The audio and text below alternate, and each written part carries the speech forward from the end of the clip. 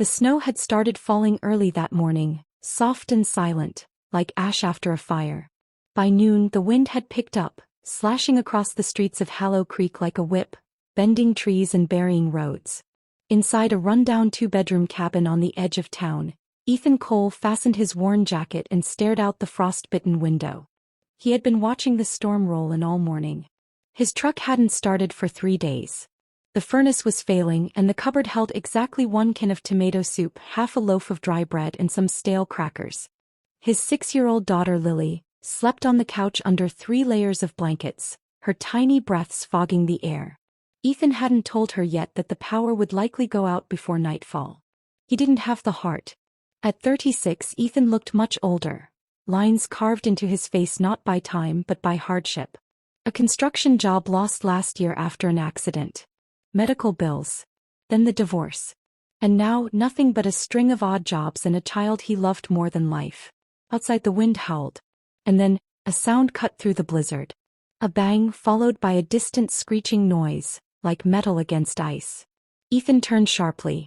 Then came the unmistakable sound. A bus horn, long and dying, followed by silence. His heart dropped. He opened the front door. Snow rushed in like a living thing clawing at his legs. He shielded his face, peered out toward the road that curved past the woods near his home. That road was barely visible now, but something was wrong. There was a dark shape in the ditch beyond the bend. Too big for a car. Too low for a truck. It was a school bus. Ethan didn't hesitate. "Lily," he whispered, kissing his daughter's forehead. "I'll be right back. Stay under the blankets, okay?" She stirred slightly but didn't wake. He scribbled a note and stuffed it under the edge of the blanket. "Stay inside. Don't open the door. I love you." Then he ran into the blizzard. The cold bit into him instantly, but adrenaline carried him forward. Every step was a battle.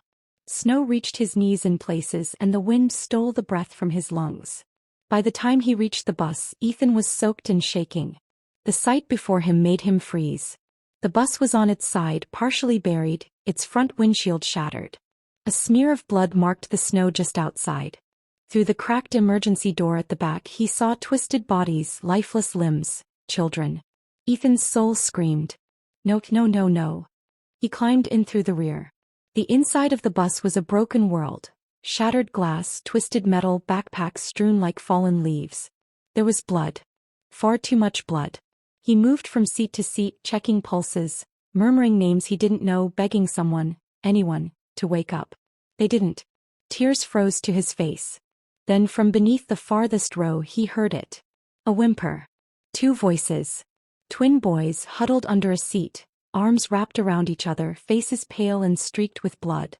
They couldn't have been older than 10. Ethan dropped to his knees. Hey, you're okay. I've got you." One of the boys sobbed. The other looked up, dazed. Is my brother dead?" "No," Ethan said firmly, scooping one into his arms. "He's alive. You both are. But we have to go. Now." He carried them one by one through the storm, stumbling, falling, dragging his way home. Each trip felt longer than the last. By the time they reached the front door, his fingers were white and numb. His lips wouldn't move right. He was shaking uncontrollably. Lily stood there with wide eyes. "Daddy. Get the blankets," he rasped. "Hot water.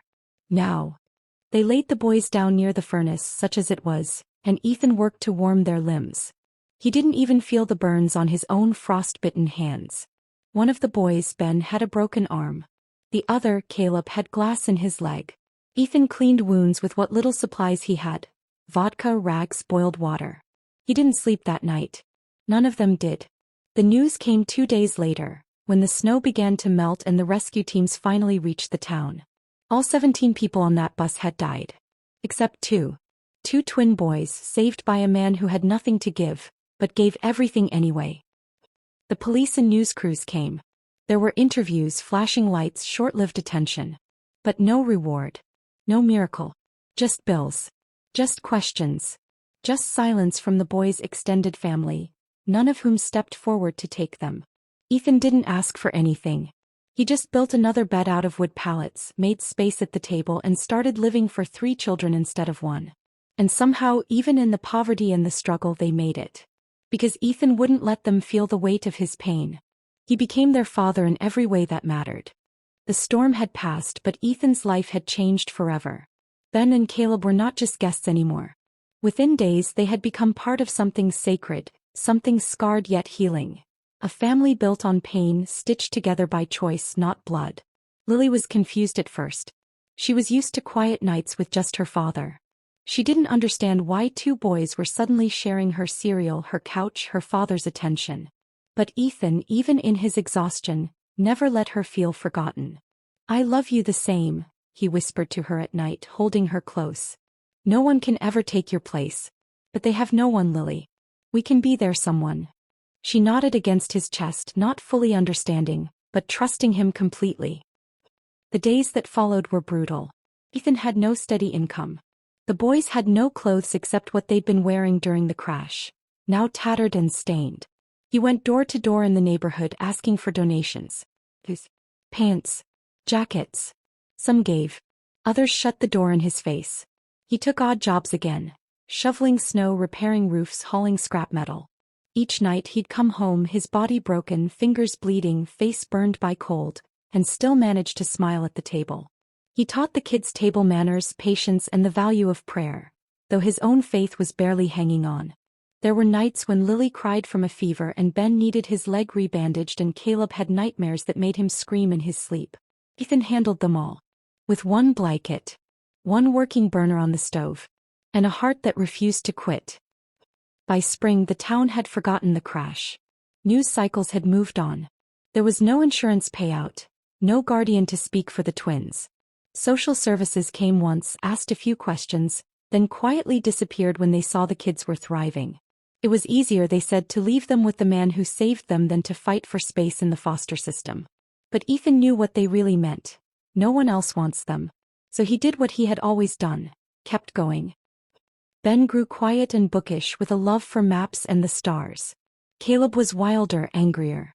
He broke things when he felt cornered. At 8 years old he once punched another boy in the face for calling Ethan, "not your real dad." Ethan didn't punish him. Instead he sat him down that night in the dark and said, "Son, what makes someone a father isn't what's in the blood. It's what they give up to see you smile." Caleb didn't say anything. But the next day he washed all the dishes without being asked. Lily flourished. She became the bridge between the boys and Ethan, teaching them games, sharing her toys, even defending them at school. Once when a teacher called Ethan in to discuss discipline concerns with Caleb, she looked him straight in the eye and said, "He's protecting the only family he knows. If you don't understand that, you've never lost something important." She was 9. Ethan's eyes welled up. He hadn't raised children.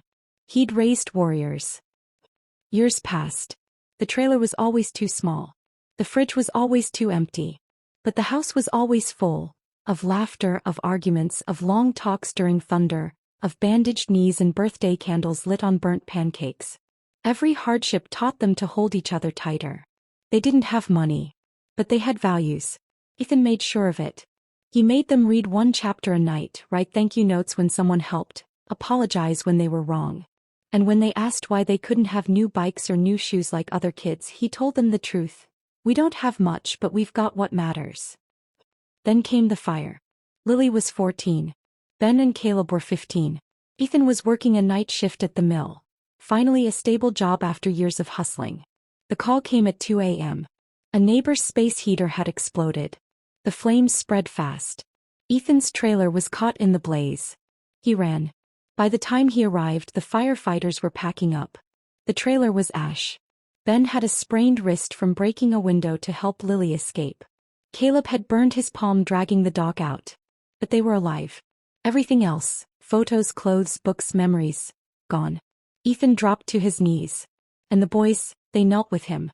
They didn't cry. They held him. That night, for the first time, the children protected him. They slept in a shelter for 2 weeks. Then a woman from town, whose son had once been tutored by Ethan in math, offered them the back room in her barn. No rent. Just keep the place clean.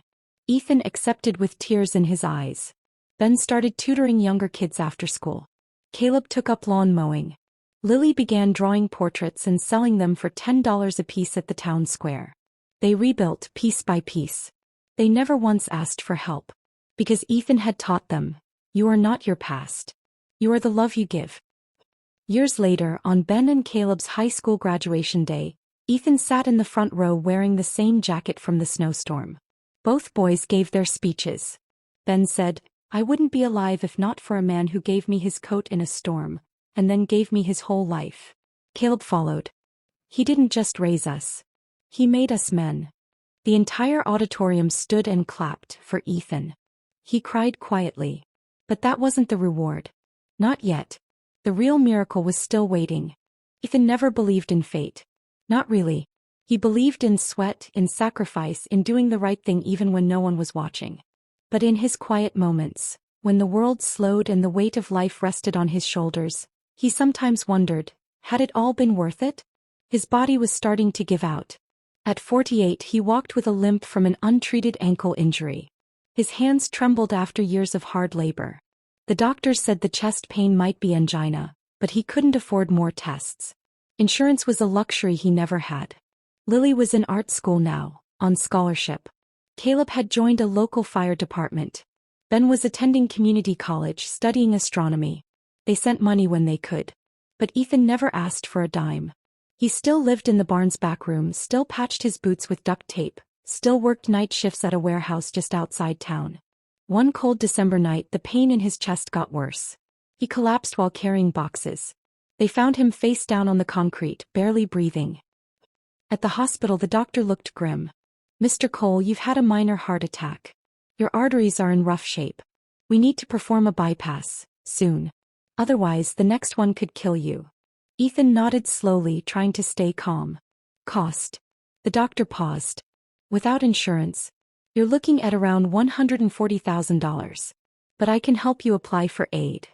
Ethan chuckled dryly. "I've never qualified for aid. I make too much to be poor, too little to survive." "Then," the doctor said quietly, "you'll need a miracle." When Ethan was discharged 2 days later, he didn't tell the kids. He didn't want their pity. Or worse, their savings. He went back to work a week later against doctor's orders. He could feel it in his chest, the ticking clock. He wasn't afraid to die. He was afraid to leave them behind. That's when the letter arrived. A plain envelope. No return address. Inside, a short handwritten note. "Mr. Cole, you don't know me, but you saved my nephews in a storm 15 years ago. You gave them a life. A future. I couldn't raise them back then. I was struggling with addiction. I didn't deserve them. But I've changed. I got clean. I built a business. And I've been watching quietly, gratefully. I've heard you're in need now. Consider this a small repayment for a debt I can never fully return. Thank you. James K." Ethan blinked, confused. He turned the envelope upside down.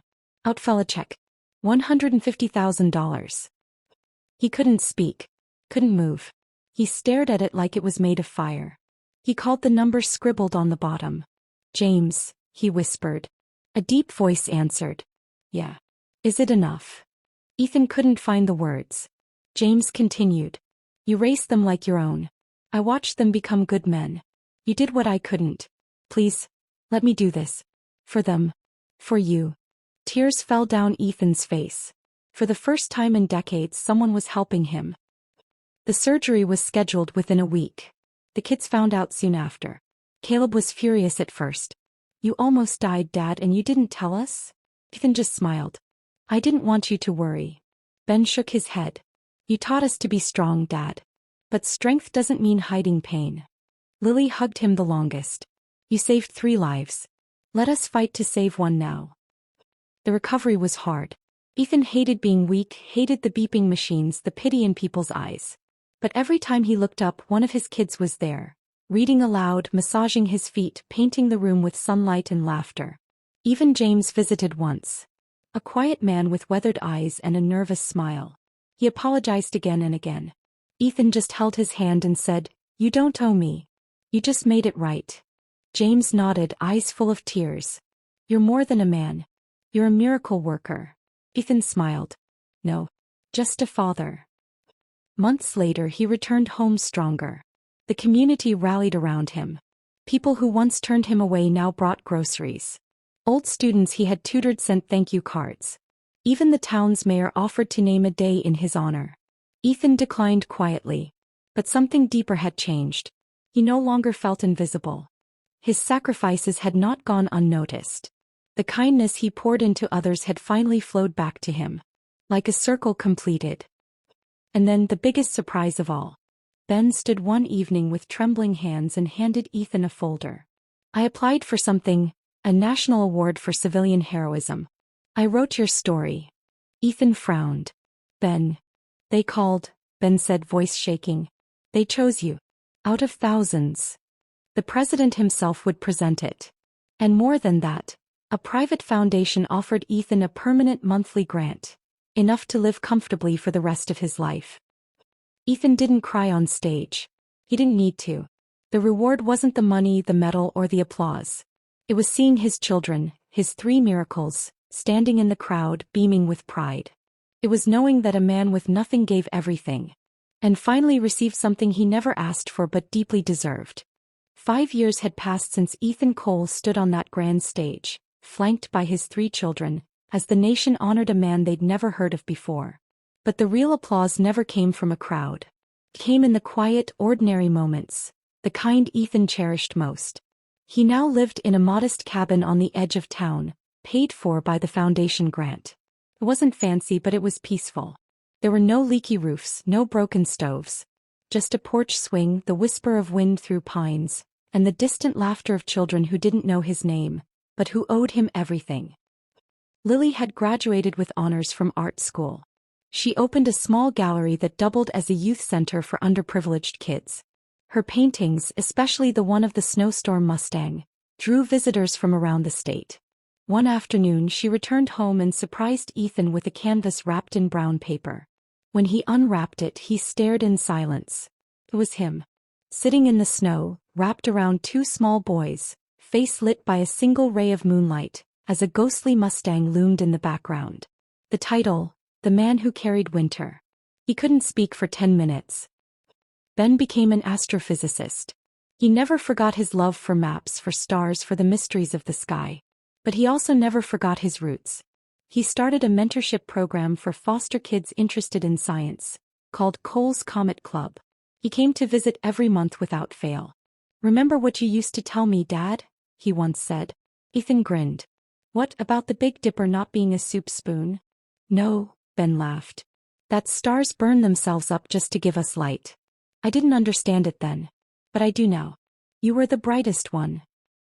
Caleb's path was rougher. He struggled with anger for years, haunted by what he'd lost in that crash. But firefighting gave him purpose. He saved lives just like the man who saved his. He didn't talk much, but when he did, his words hit like thunder. One day, after pulling a toddler from a burning building, a reporter asked him who his hero was. Caleb said, "A man who had no reason to love me, but did anyway. He taught me that real strength isn't about what you carry, it's about what you carry for someone else." Ethan read the article 3 times silently. Then came the school letter. It was from a 6th grade class in Ohio. Their teacher had shared Ethan's story from a children's biography Lily helped write, The Man Who Saved 2 Sons. The students had written letters, dozens of them. Crayon-drawn thank you cards, stick figures of Mr. Ethan, even one kid who wrote, "When I grow up, I want to be just like you but with better knees." Ethan laughed so hard he cried. He wrote back to each of them. He told them the world didn't need perfect people. It needed kind ones. But perhaps the most unexpected reward came late one autumn evening. Ethan received a call from the town's new mayor, someone he had once taught algebra to when she was just a struggling teen. "There's something we want to do for you," she said. "Come down to Main Street tomorrow." When Ethan arrived, he saw a small crowd. Lily was there. Ben. James K. Too sober and proud. The whole town. They unveiled a new library wing. A small bronze plaque read, "The Ethan Cole Center for Compassion." In honor of a man who gave everything, asked for nothing, and changed everything anyway. Ethan stood frozen. He looked at the crowd, so many people who once overlooked him now clapping, crying, holding hands. His voice trembled as he finally spoke. "I'm not a hero. I'm just a man who couldn't walk past a burning bus and leave 2 boys behind. I did what I hope anyone would have done." He paused, looked at his children and smiled. And if my life taught you anything, let it be this. No act of love, no matter how small, is ever wasted. That night, as the sun dipped behind the hills and the air turned crisp, Ethan sat on his porch with Lily beside him, sketching. He turned to him. You know, Dad, when that storm came, and you ran toward it instead of away? Yes. I think that Mustang wasn't a legend. He raised an eyebrow. I think it was you.